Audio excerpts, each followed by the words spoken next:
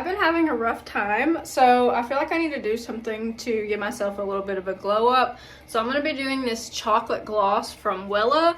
This is something that you just put on your hair and it kind of like washes out over time. Right now I've got some, highlights in my hair. I'm not super worried about how this will look because I honestly just need to make some kind of a change. So I'm expecting this to go fairly well. I've got about half of this left. I've done this before and I can say that it does really make your hair look glossy and shiny. So let me go ahead and start the process. You put it on, you let it sit for a little while, and then you take a shower and wash it out. And then that's pretty low effort, honestly. I've got my little tray here and I've got a little brush, but you can do it with your hands. Just make sure that you use gloves.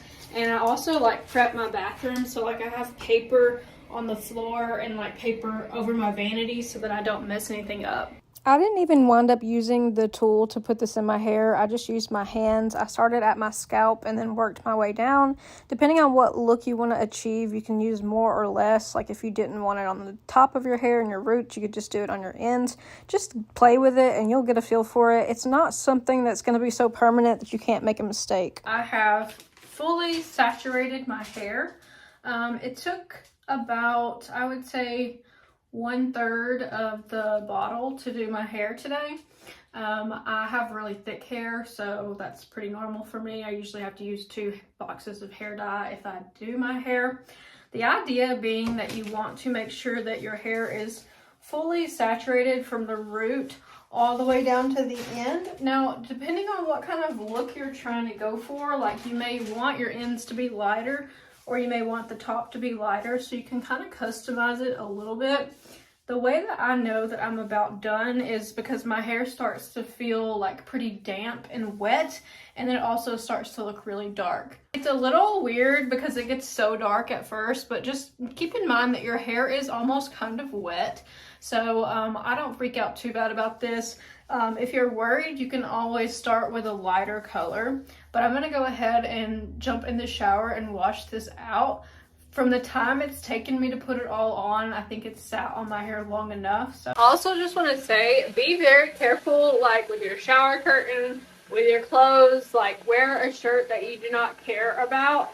And I made sure that I pretty much had everything I needed. That way I don't have to leave the bathroom and go get something else, because that's what winds up making the mess.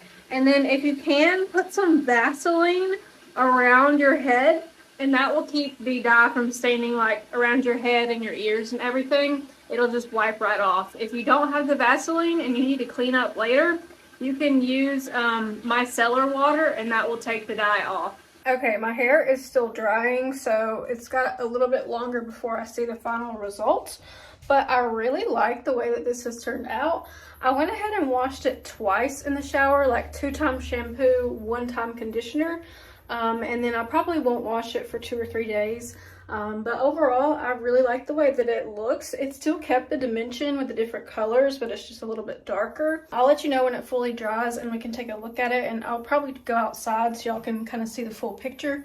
It's not perfect. I mean, there's definitely some pieces where I'm oh, I could have put more there, but honestly, it just adds to the overall effect of having a little bit of highlights in my hair.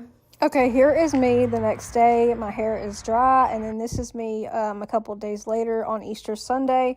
The dye job I feel went really well. I'm going to probably do it again in a couple weeks.